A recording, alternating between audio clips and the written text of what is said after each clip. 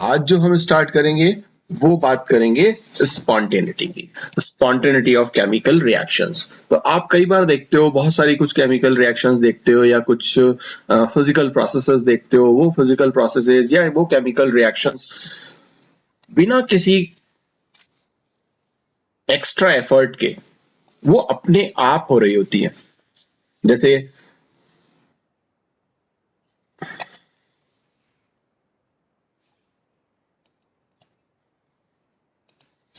Okay जैसे बहुत सारी अगर हम रिएक्शंस की बात करें या कुछ प्रोसेसेस की बात करें तो वो अपने आप कैसे हो रही होती हैं। जैसे मान लीजिए कि एक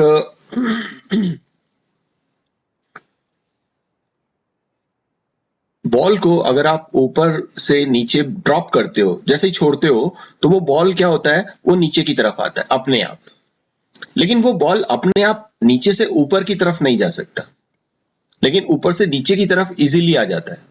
ये स्पॉन्टेनियस प्रोसेस है, जो ऊपर से कोई भी चीज फ्रीली फॉल जब हम करते हैं तो नीचे की तरफ आती है, ना कि वो ऊपर की तरफ जाती है। तो ये स्पॉन्टेनियस प्रोसेस है, इसमें आपको खुद कुछ करने की जरूरत नहीं होती। अगर मान लीजिए कि एक वाटरफॉल है तो वाटरफॉल में भी आप देखते हो कि जो पानी है वो ऊपर पहाड़ी से क्या करता है, वो नीचे गिरता है और पहाड़ी से इस तरह से जो है वो अपने आप नीचे गिर रहा है, उसमें आपको कुछ एक्स्ट्रा एफर्ट नहीं लगाने पड़ते।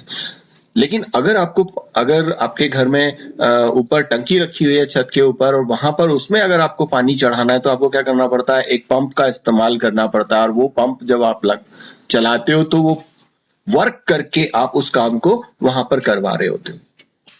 ये तो फिजिकल प्रोसेसेस की बात रही। अगर केमिकल प्रोसेसेस में अगर हम बात करें तो किसी भी एसिड को ले लो और उसको बेस के साथ में मिलाओ तो हमेशा क्या होगा, सॉल्ट इन वाटर बनेगा, सॉल्ट प्लस वाटर फॉर्म होता है।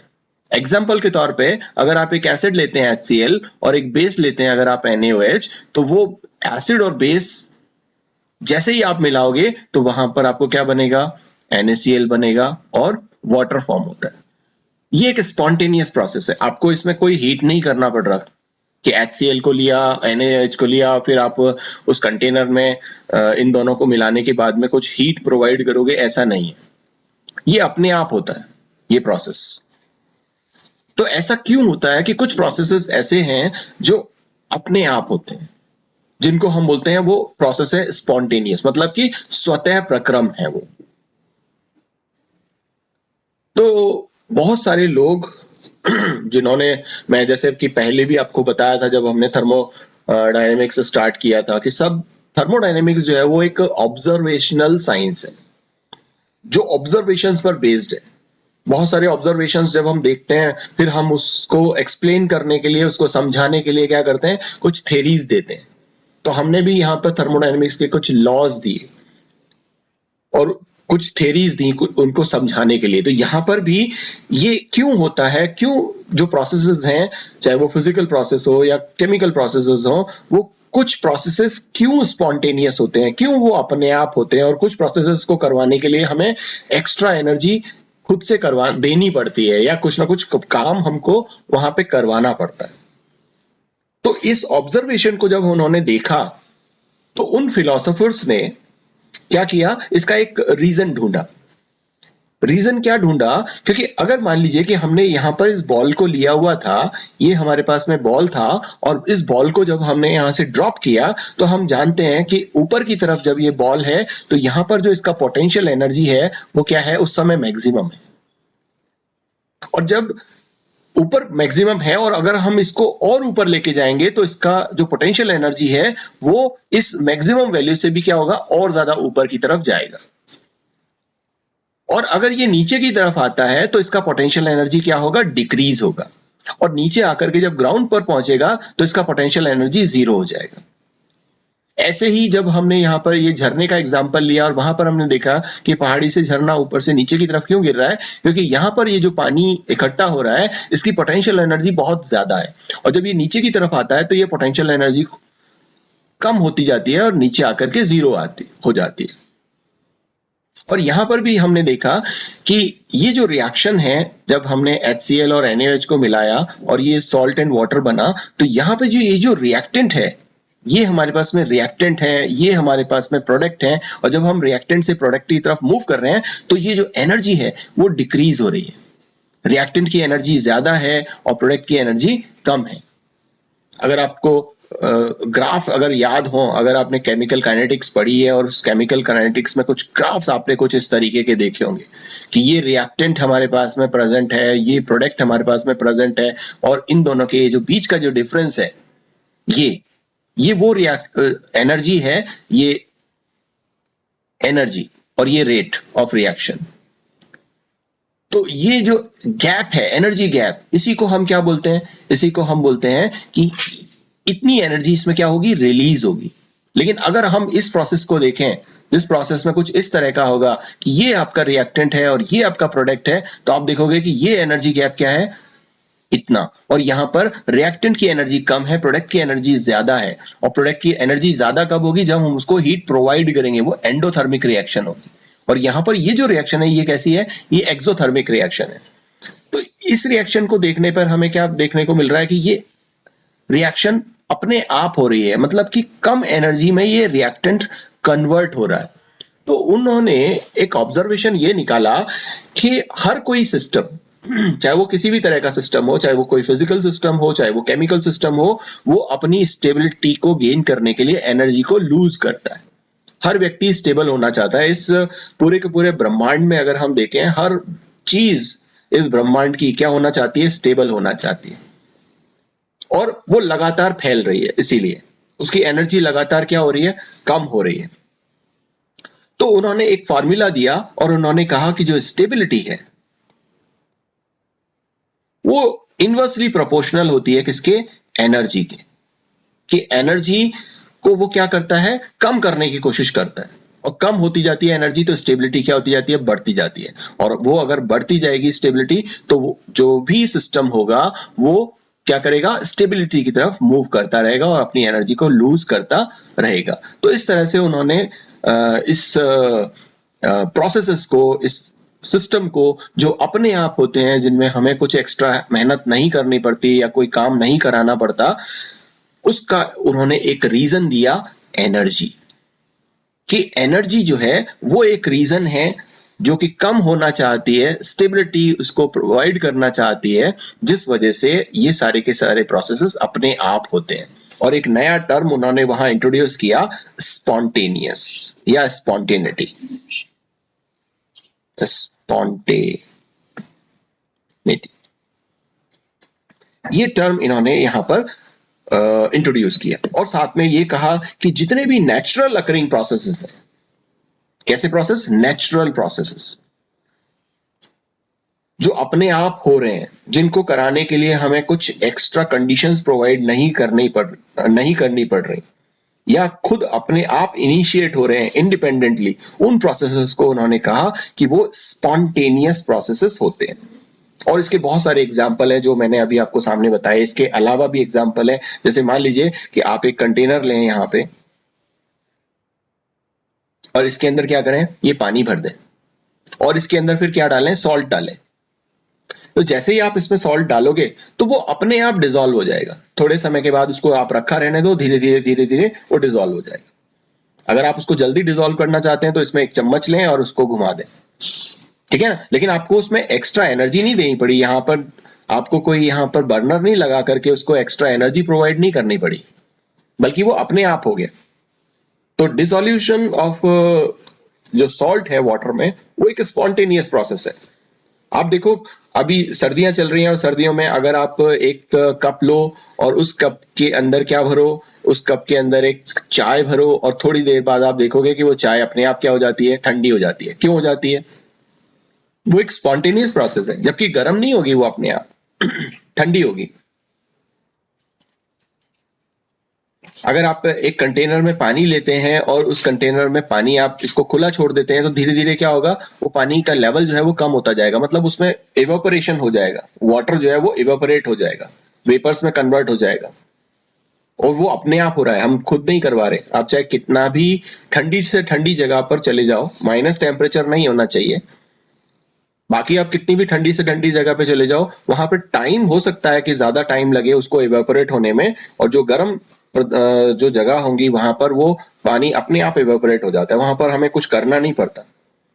और जिस तरह से हमने यहाँ पर देखा कि बॉल अपने आप ऊपर से नीचे गिर रही है, झरने का पानी अपने आप ऊपर से नीचे गिर रहा है, इस तरह से जब आप देखते हो कि जो वैक्स है, जब आप कैंडल जलाते हो, उस कैंडल में भी आप देखते हो कि वो अपने आप जल रही होती है, एक बार इग्नाइट करने के बाद में वो अपने आप बर्न हो रहा होता है, आपको उसको एक्स्ट्रा कुछ करना नहीं पड़ रहा बार बार बार बार।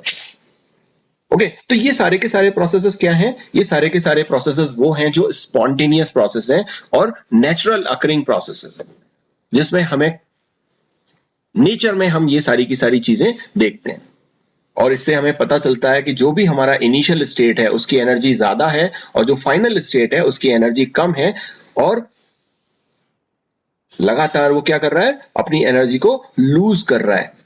किस लिए? स्टेबिलिटी पाने के लिए। तो एक कारण हमें समझ में आया स्पॉन्टेनिटी का, वो क्या था कि एनर्जी एक क्राइटेरिया है, या एनर्जी एक रीजन है जिससे ये स्पॉन्टेनियस प्रोसेसेस होते हैं, एनर्जी।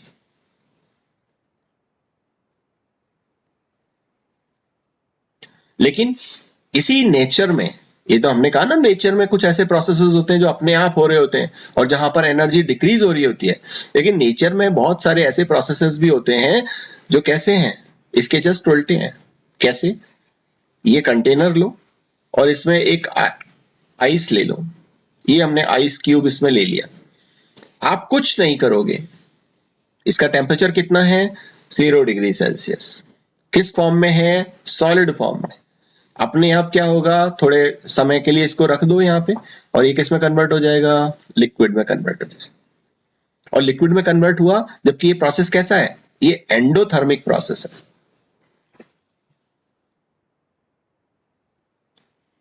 एटमॉस्फेयर से इसने हीट लिया है, जबकि हम यहां पर क्या कह रहे थे कि जो एक्सोथर्मिक प्रोसेस होते हैं, जहां पर रिएक्टेंट की एनर्जी ज्यादा है, प्रोडक्ट की एनर्जी कम है, और वो अपनी एनर्जी को लूज करेगा तब स्टेबिलिटी पाएगा, जबकि यहां हम देख रहे हैं कि बर्फ स्टेबल नहीं है। जब वो आइस फॉर्म में है, सॉलिड फॉर्म में है, वो स्टेबल नहीं है, बल्कि वो अपनी एनर्जी को लूज करके, सॉरी, एनर्जी को गेन करके एटमॉस्फेयर से, और वो एक नेचुरल उस फिजिकल प्रोसेस के थ्रू वहां पर इस आइस का क्या हो जाएगा? फ्यूजन हो जाएगा, और वो लिक्विड में कन्वर्ट हो जाएगी। सॉलिड जो है वो लिक्विड में कन्वर्ट हो जाएगा, ये लिक्विड में कन्वर्ट हो गया, वाटर। तो ये नेचुरल प्रोसेस है, बट इसका अपोजिट है, यहां पर एनर्जी ज्यादा हो रही है, इस प्रोसेस में एनर्जी जो है वो ज्यादा हो रही है, फिर भी स्टेबिलिटी की तरफ ये मूव कर रहा है। इसी वजह से मैंने अभी जैसे एक एग्जांपल आप लोगों को बताया कि वाटर में हमने क्या किया? NaCl को डिसॉल्व किया, और यहां पर ये क्या बनाया इसने? जो सोडियम और क्लोराइड, इसका हाइड्रेटेड हमें ये आयंस मिल गए, सोडियम आयन और क्लोराइड आयन जो है वो हाइड्रेटेड फॉर्म में मिल गए, मतलब एक्वस फॉर्म में मिल गए। अब ये प्रोसेस कैसा है? ये प्रोसेस आपका एंडोथर्मिक प्रोसेस है, मतलब यहां पर अपने आप ब्रेक हो गया, जबकि हम तो किसी भी चीज को ब्रेक करने के लिए क्या करना पड़ता है? हमको एनर्जी देनी पड़ती है, और यहां ये क्या हो रहा है? ये अपने आप हो रहा है। ओके, सो आई होप आप लोगों को ये चीज थोड़ी सी यहां पर ये समझ में आ रहा होगा कि एनर्जी जो है अकेला वो नहीं है जिसकी वजह से कोई भी प्रोसेस स्पॉन्टेनियस होता है, क्योंकि अगर एनर्जी की वजह से स्पॉन्टेनियस प्रोसेस हो रहा होता तो यहां पर ये आइस जो है वो लिक्विड में कन्वर्ट नहीं होती। जो जैसा जो फार्मूला इन्होंने यहाँ पे दिया कि स्टेबिलिटी की तरफ वो मूव करता है और एनर्जी डिक्रीज होगी तो स्टेबिलिटी इंक्रीज होगी, बट यहाँ पर एनर्जी इंक्रीज हो रही है, उसके बावजूद भी स्टेबिलिटी इंक्रीज हो रही है। यहाँ डायरेक्टली प्रोपोर्शनल आ रहा है, जबकि ये इनवर्सली प्रोपोर्शनल होना चाहिए। तो दैट इज वाई ये चीज समझ में आई कि अकेले एनर्जी की वजह से हम किसी भी प्रोसेस को स्पॉन्टेनियस और नॉन स्पॉन्टेनियस बोले, ये काफी नहीं है। तो एक दूसरी चीज आई, बहुत सोचा गया, बहुत चीजों को ऑब्जर्व किया गया, जैसा कि अभी भी मैंने बताया कि थर्मोडायनेमिक्स एक ऑब्जर्वेशनल साइंस है। ऑब्जर्व जो हम करते हैं उसी ऑब्जर्वेशन के बेस पर हम बहुत सारे नियम कायदे कानून देते हैं वहां पे। तो इन्होंने कहा कि ये जो बर्फ लिक्विड में कन्वर्ट हो रही है, इसको इन्होंने देखा। इसी तरह से उन्होंने कुछ और एक्सपेरिमेंट्स को देखा। जैसे मान लीजिए कि एक बलून है आपके पास में, ये बलून है और इस बलून में हवा भरी हुई है और आप इसको यहां से फोड़ दो, यहां से पिन लगाओ और फोड़ दो। जैसे आप फोड़ोगे तो इसमें जो भी गैस भरी हुई है वो क्या करेगी, वो फैल जाएगी। जब आप यहाँ पे ये जो झरने का पानी ऊपर से नीचे की तरफ गिर रहा था, ये पानी इस तरह से नीचे की तरफ गिर रहा था, तो आप ये देख रहे हो कि यहाँ पर पानी जो है वो इकट्ठा है और यहाँ पर क्या हो रहा है, वो फैल रहा है। यहाँ पर वो फैल रहा है। ये जो आइस था, इस आइस में जो पार्टिकल्स थे, ये सारे के सारे पार्टिकल्स क्या थे, एक वेल अरेंज्ड पैटर्न में एक क्रिस्टल बना रखा था उन्होंने आइस का। ठीक है ना, ये आइस का इन्होंने क्रिस्टल बना रखा था। और जब ये लिक्विड में कन्वर्ट होगा तो इसके मॉलिक्यूल्स जो हैं वो क्या होंगे, ये लैटिस टूटेगा, ये जो क्रिस्टल है ये टूटेगा और मॉलिक्यूल्स में क्या हो जाएगा, एक फ्री हो जाएंगे मॉलिक्यूल्स, एक दूसरे के वंडरवॉल फोर्सेस जो इनके बीच में लग रहे थे वो कम हो जाएंगे और ये फैलने लगेगा। तो यहां पर एक दूसरी चीज सामने आई और उस ऑब्जर्वेशन के बेस पर क्या सामने आया कि इन्होंने कहा कि जो भी चीज है इस पूरे के पूरे ब्रह्मांड में, वो हमेशा क्या हो रही है, वो स्प्रेड हो रही है, वो हमेशा फैलने की कोशिश करती है, या ये कह सकते हैं कि वो बिखर रही है। उसकी रैंडमनेस जो है वो बढ़ रही है। क्योंकि अगर ये क्रिस्टल यहाँ पर आइस का जो क्रिस्टल था, वहां पे जो पार्टिकल्स थे या वाटर के जो मॉलिक्यूल्स थे वो फिक्स थे, फिक्स जगह पर, इसीलिए वो सॉलिड फॉर्म में था। लेकिन अगर हम ये अपने आप लिक्विड फॉर्म में कन्वर्ट हो रहा है यहाँ पे, इसका मतलब ये है कि इसके जो मॉलिक्यूल्स हैं वो कहीं भी जाने के लिए अब फ्री हैं, वो कहीं भी मूव कर सकते हैं, इधर उधर कहीं भी मूव कर सकते हैं। मतलब कि रैंडमली कहीं पर भी मूवमेंट अगर हो सकती है, तो इसकी जो रैंडमनेस है वो बढ़ रही है।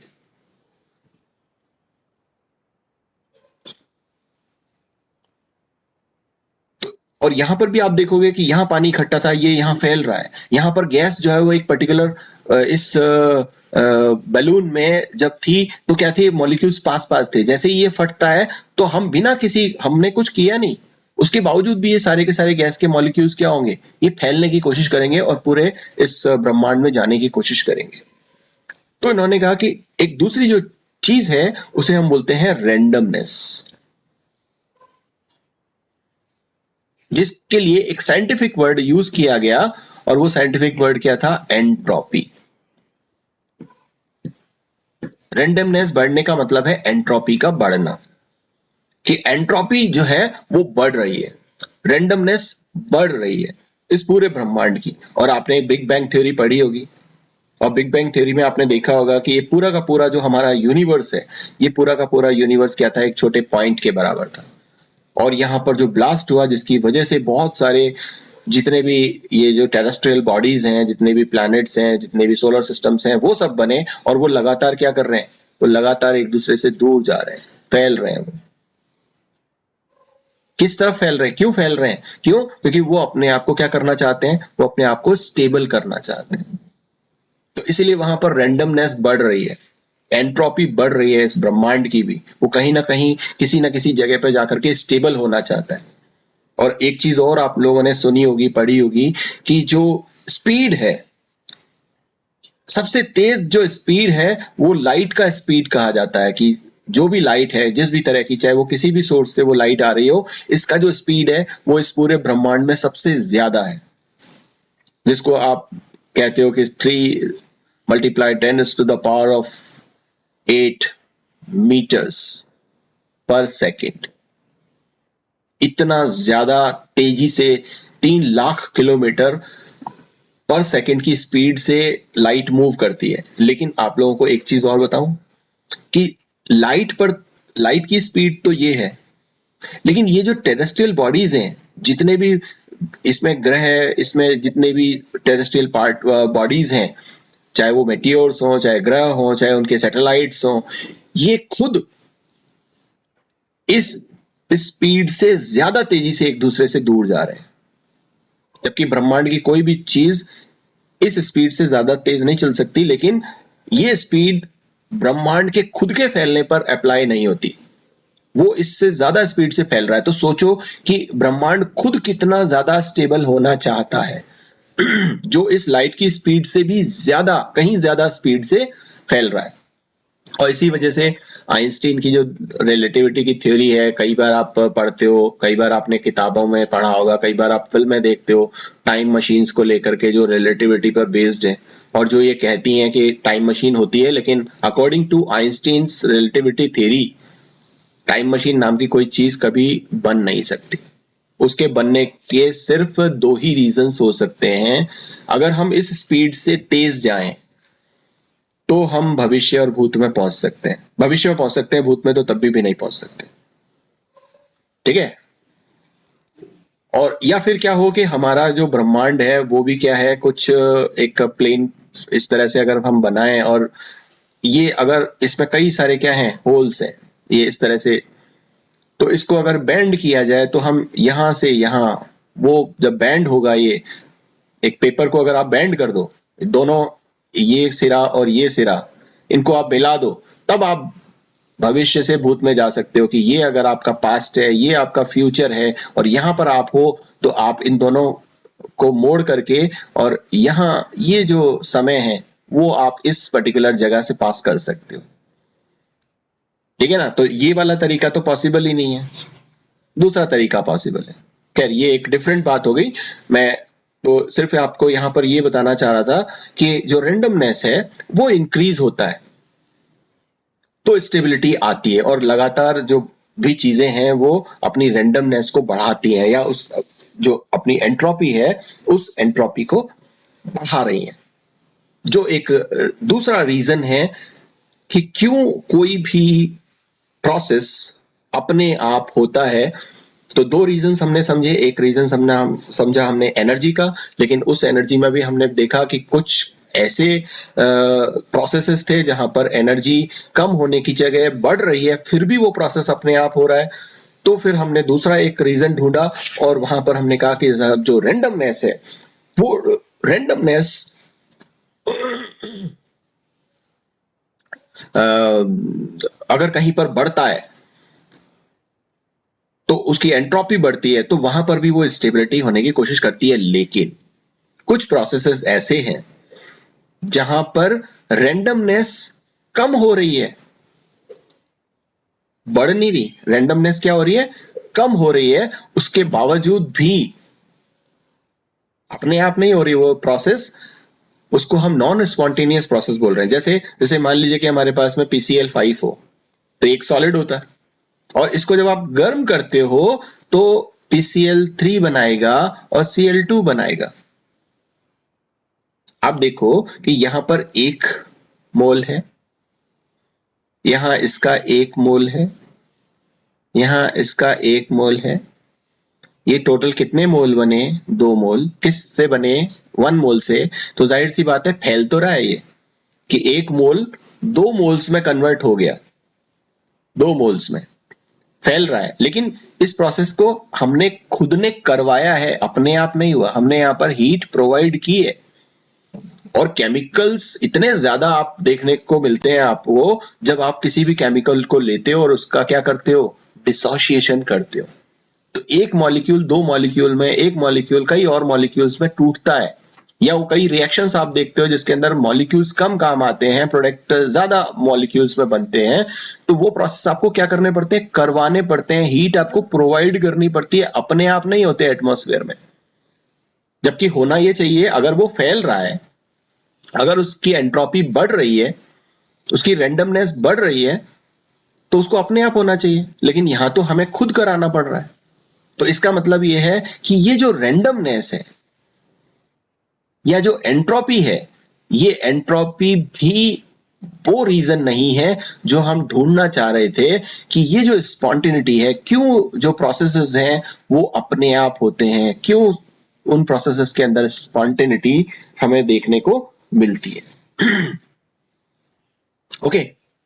और स्पॉन्टेनिटी के कुछ करेक्टरिस्टिक्स भी होते हैं, जो करेक्टरिस्टिक भी आपको पता होना चाहिए। पहली करेक्टरिस्टिक ये है कि क्योंकि हम यहाँ पर अभी एंट्रोपी पे बात करने वाले हैं, ये रीजन हम बाद में और समझेंगे जब हम और आगे चलेंगे। पहले मैं यहाँ पर आपको थोड़ा सा एंट्रोपी के बारे में थोड़ा सा हम यहाँ पर डिस्कस करेंगे कि एंट्रोपी क्या है, ठीक है। क्योंकि एनर्जी के बारे में हम बहुत पढ़ चुके हैं पहले, पिछली बहुत सारी चीजों में हमने एनर्जी को डिस्कस किया है। हमारे लिए यहाँ पर एंट्रोपी एक नया वर्ड है, रैंडमनेस एक नया वर्ड है, तो दैट इज वाई हम इस एंट्रोपी को अच्छे से यहाँ पर थोड़ा सा समझ करके फिर आगे मूव करेंगे, क्योंकि ये काफी काम आने वाली है। तो स्पॉन्टेनियस प्रोसेसेस जो है उसके करेक्टरिस्टिक्स की मैं बात कर रहा था कि करेक्टरिस्टिक्स स्पॉन्टेनियस प्रोसेसेस के होते हैं, जैसे कि जितने भी नेचुरल अकरिंग प्रोसेसेस होंगे, हमने कहा कि वो स्पॉन्टेनियस होते हैं, मतलब नेचर में पाए जाने वाले जितने भी प्रोसेस हैं वो स्पॉन्टेनियस हैं। और ये प्रोसेसेस, जितने भी स्पॉन्टेनियस वाले प्रोसेसेस आप देखोगे, ये सारे के सारे प्रोसेसेस होते हैं कैसे, इरिवर्सिबल।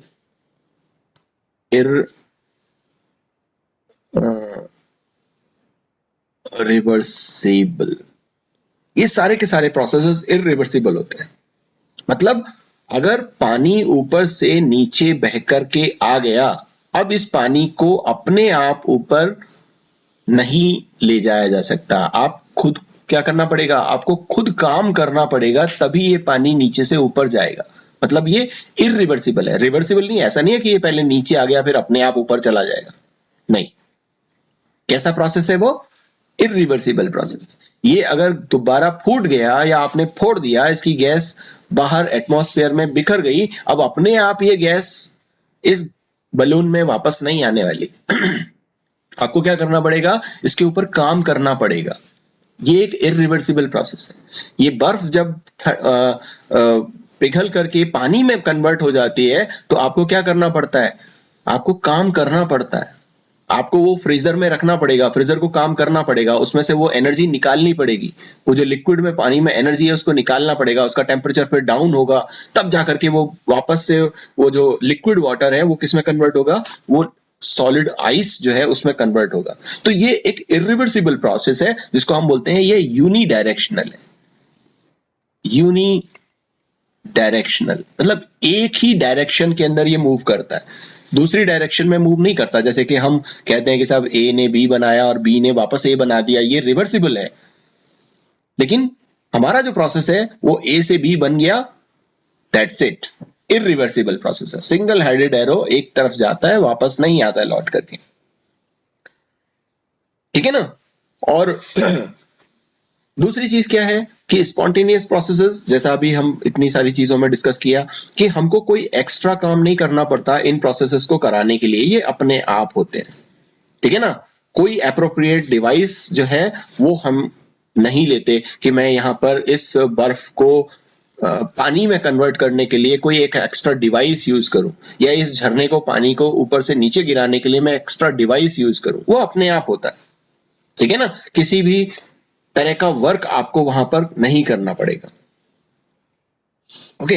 और एक और ये है कि जो फ्री एनर्जी है, स्पॉन्टेनियस प्रोसेसेस जितने भी होंगे उनकी जो गिब्स फ्री एनर्जी होगी, जो हम आगे पढ़ेंगे फ्री एनर्जी क्या होती है, तो वो उसकी वैल्यू हमेशा क्या आनी चाहिए, जिसको हम रिप्रेजेंट करते हैं एक्चुअली जी से, गिब्स फ्री एनर्जी को। और इस एक प्रोसेस को जब हम कराते हैं और उसका इनिशियल स्टेट से फाइनल स्टेट में पहुंचते हैं, तो जो एंट्रोपी में इसकी फ्री एनर्जी में जो चेंज होगा, ये वैल्यू हमेशा और हमेशा क्या आती है, निगेटिव आती है। अगर इसकी फ्री एनर्जी नेगेटिव में आ रही है, इट मींस वो जो प्रोसेस है वो कैसा है, स्पॉन्टेनियस है।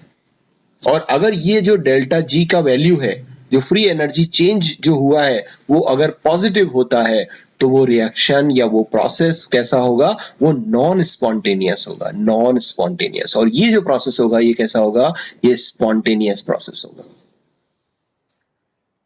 ठीक है। तो ये कुछ करेक्टरिस्टिक्स है जो हमें एंट्रोपी के बारे में, या सॉरी स्पॉन्टेनियस प्रोसेसेस के बारे में हम उनको, उनके गुणों को बता सकते हैं, उनकी प्रॉपर्टीज को बता सकते हैं। कॉजेज आपको मैंने आपको बता दिए, जैसे स्पॉन्टेनियस जो प्रोसेसेस होते हैं उसके कारण क्या है। पहला कारण ये है कि वो एनर्जी को क्या कर रहा है, डिक्रीज कर रहा है, दूसरा कारण क्या है कि वो रैंडमनेस को बढ़ा रहा है। लेकिन दोनों ही कारण हमें यहाँ पर एप्रोप्रिएट नहीं लगते, दोनों ही कारण हमें ये नहीं लगते कि वो जो प्रोसेसेस हैं जिसमें हम एनर्जी को या रैंडमनेस को वहां कंसीडर कर रहे हैं, तो वही प्रोसेसेस के थ्रू हम इस स्पॉन्टेनिटी को समझा देंगे, हमारे लिए वो पॉसिबल नहीं है। तो क्लॉसियस ने क्या किया, सेकंड लॉ ऑफ थर्मोडायनेमिक्स यहां से लिया और एक डिफाइन करने की कोशिश की, और उन्होंने क्या कहा कि हीट को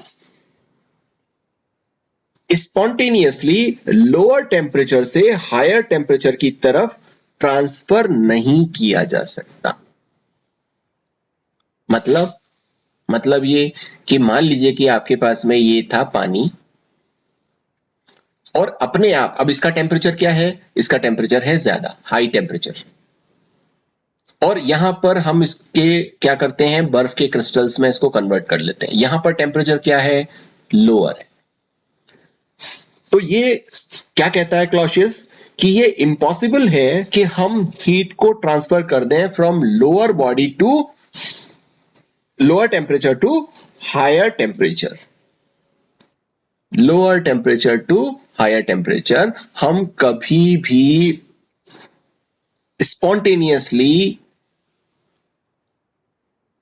हीट को ट्रांसफर नहीं कर सकते। अगर हम यहां पर एक रॉड लें और उसको अगर हम गर्म करें, तो ये गर्म वाला पार्ट है, ये ठंडा वाला पार्ट है, तो जो हीट है वो कभी भी इस कोल्ड पार्ट से इस हॉट पार्ट की तरफ मूव नहीं करेगी।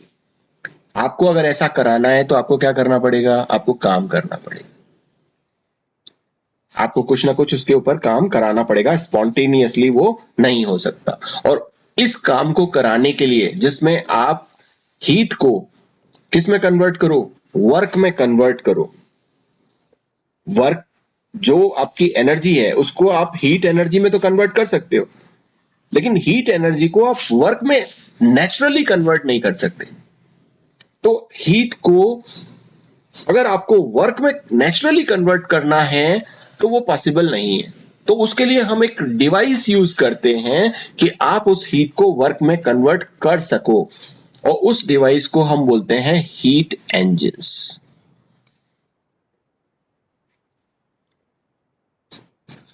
अब देखो इंजन क्या काम करता है, वहां पर आप हीट प्रोवाइड करते हो। स्टीम इंजन को अगर आप देखोगे तो वहां पर आप क्या करते हो, वहां पे हीट प्रोवाइड करते हो, हीट वो पानी को जो है भाप में कन्वर्ट करता है, उस भाप के प्रेशर से वो पिस्टन चलता है, और वो पिस्टन जो है फिर उस इंजन को मूव कराता है, यही होता है। तो वहां पर हम क्या कर रहे हैं, हीट एनर्जी को वर्क एनर्जी में कन्वर्ट कर रहे हैं या वर्क में कन्वर्ट कर रहे हैं। तो उसके लिए हमने यहां पर एक डिवाइस यूज करना पड़ेगा, हीट इंजन, जिसको हम एक्सप्लेन करते हैं किससे, इस हीट इंजन को आप बताते हो, आपने पढ़ा होगा फिजिक्स में, कार्नोट साइकिल, ठीक है ना।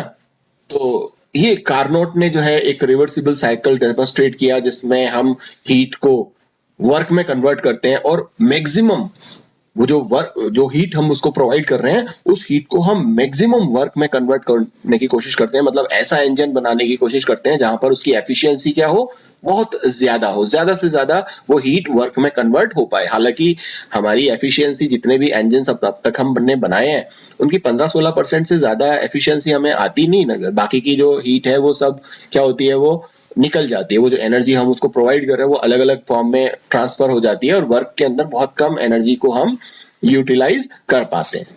और चार अलग अलग प्रोसेसेस के थ्रू हम इस कार्नोट साइकिल को पढ़ते हैं। हालांकि वो हमारा इस केमिस्ट्री में हम इस कार्नोट साइकिल को नहीं पढ़ेंगे। मैंने आपको सिर्फ एक जनरल बात बताई है कि हम वहां पर अगर आपको हीट को वर्क में कन्वर्ट करना पड़े तो हम इस कार्नोट साइकिल या जो हमारे पास में हीट इंजन है जो कार्नोट साइकिल प्रिंसिपल पर बेस्ड है उससे हम इसको कर सकते हैं, ठीक है। वो फिजिक्स का टॉपिक है और हम यहाँ पर उस तरह के इंजन नहीं बनाते हमारी केमिस्ट्री में, तो दैट इज वाई हम उस कार्नोट साइकिल को अभी फिलहाल नहीं पढ़ेंगे। हम वापस आते हैं अपने किस पर, हम आते हैं हमारी एंट्रोपी पर। एंट्रोपी। कि एंट्रोपी क्या है? तो अभी जैसा मैं आपको बता रहा था कि एनर्जी के बारे में हमें पता है, एंट्रोपी के बारे में ज्यादा नहीं पता, तो हम थोड़ा सा एंट्रोपी को समझने की कोशिश करते हैं कि एंट्रोपी जो है वो किस तरह से डिफाइन होती है, किस तरह से की जाती है। तो मान लीजिए कि हमारे पास में कोई भी एक सिस्टम है, हम यहाँ पर एक सिस्टम को कंसिडर करते हैं।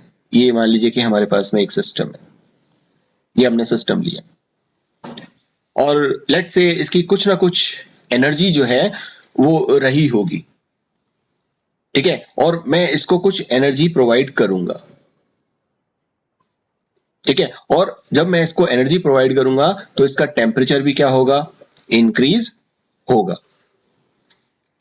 और इसके जो मॉलिक्यूल्स हैं वो उस एनर्जी को जब मान लीजिए कि मैं यहाँ पर एक एनर्जी इसको प्रोवाइड करता हूँ, 100 जूल्स का एनर्जी इस सिस्टम को मैंने प्रोवाइड किया। अब ये जो 100 जूल्स का जो एनर्जी मैं इसको प्रोवाइड कर रहा हूँ, ये 100 जूल्स इस सिस्टम में जाकर के क्या काम कर रहा है,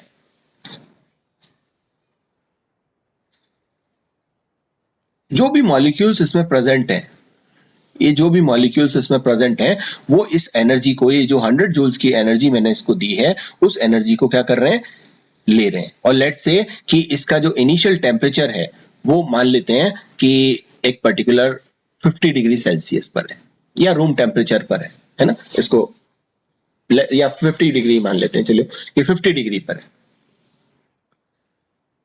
और जब मैं इसको ये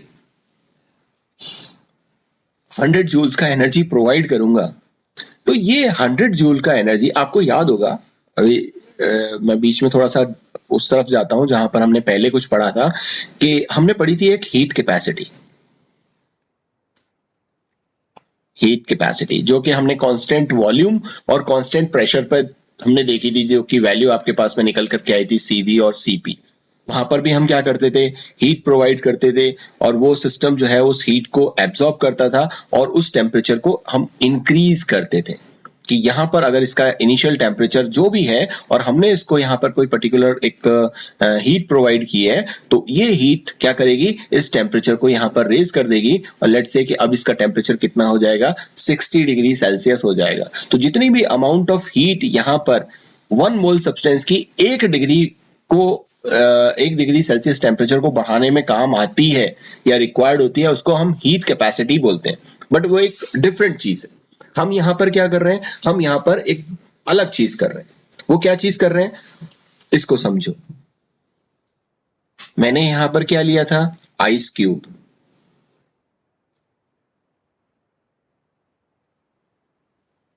ये आइस क्यूब क्या था, 0 डिग्री सेल्सियस पर था। अभी क्या होगा, ये लिक्विड में कन्वर्ट होगा, टेम्परेचर क्या रहेगा, 0 डिग्री सेल्सियस। भैया मैंने इसको हीट प्रोवाइड नहीं किया, इसने एटमॉस्फेयर से हीट लिया है, और लेट्स से कि वो एटमॉस्फेयर से हीट इसने 100 जूल्स लिया है, जैसा कि मैं आपको यहां बता रहा हूं, 100 जूल्स लिया है। अब मैंने यहां पर टेम्परेचर 0 है, और ये 100 का 100 जूल्स इसके टेम्परेचर को इंक्रीज नहीं कर रहा। वो कर क्या रहा है, वो कर ये रहा है कि इसके जो मॉलिक्यूल्स हैं, इसमें जो भी वाटर मॉलिक्यूल्स यहाँ प्रेजेंट हैं इस क्रिस्टल में, उसकी रेंडमनेस को बढ़ा रहा है। मींस जो हीट मैं यहां पे प्रोवाइड करूंगा, और यहां पर अगर कोई टेम्परेचर इंक्रीज होता है या नहीं होता है, वो डिपेंड करता है, ठीक है ना, तो वो वैल्यू हमारी क्या कहलाएगी, वो वैल्यू हमारी एस, जिसको हम एंट्रोपी बोलते हैं, वो कहलाएगी। मींस जो भी एनर्जी मैंने यहाँ पर 100 जूल्स की इसको प्रोवाइड की, इस 0 डिग्री सेल्सियस की बर्फ को, इसने इसका टेम्परेचर नहीं बढ़ाया, एक पर्टिकुलर टेम्परेचर पर सिर्फ और सिर्फ क्या किया, इसके मॉलिक्यूल्स की जो रेंडमनेस थी उसको बढ़ाया। उसको हम डिनोट करते हैं किससे, एस से। और ये जो एस है, ये क्या है, ये एस आपका है एंट्रोपी। कितना हम हीट उसको प्रोवाइड कर रहे हैं।